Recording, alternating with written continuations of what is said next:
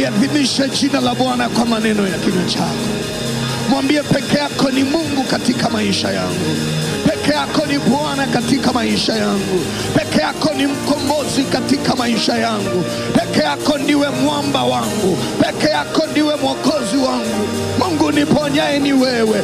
Mungu niteteaye ni wewe. Mungu wa kweli kwenye maisha yangu. Mungu ambaye haujawahi kuniacha. Wakati wote uko pamoja nami. Wakati wote uko pamoja nami. Ndio maana ninasimama mbele zako jioni ya leo nikisema, e Bwana hu mtakatifu, nikisema, e Bwana hu Mungu wa kweli. Haufananishwi na miungu ya dunia Bwana. Haufananishwi na chochote duniani Bwana. Peke yako ni Mungu na hapana aliye kama wewe.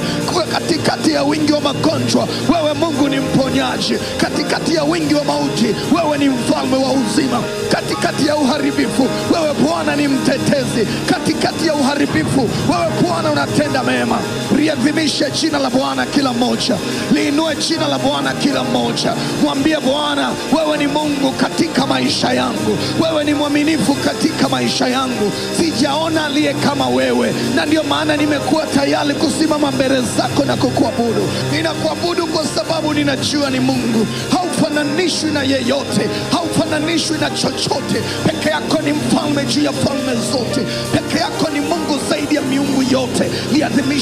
Liadhimishe jina la Bwana kwa maneno ya kinywa chako. Mwambie Bwana, ninajisalimisha kwako. Ninajisalimisha kwako Bwana. Mungu wa kweli, ninajisalimisha kwako. Mfalme wa falme, ninajisalimisha kwako. Mungu mwenye nguvu, ninajisalimisha kwako. Nimekuja mbele zako Mfalme. Nimekuja kama nilivyo Bwana. Nimekuja na magonjwa yangu kwa kuwa wewe ni mponyaji. Nimekuja na mateso yangu kwa kuwa wewe huwatoa mizigo wote waliokukimbilia. Kwa kuwa ninatambua peke yako ndiwe msaada. Jioni ya leo nimesogea mbele zako kwa imani. Nimesogea mbele zako kwa imani. Mwambie Bwana, nimekuja kama nilivyo. Nimekuja kama nilivyo. Mweleze Bwana kwamba upo hapa kwa ajili yake.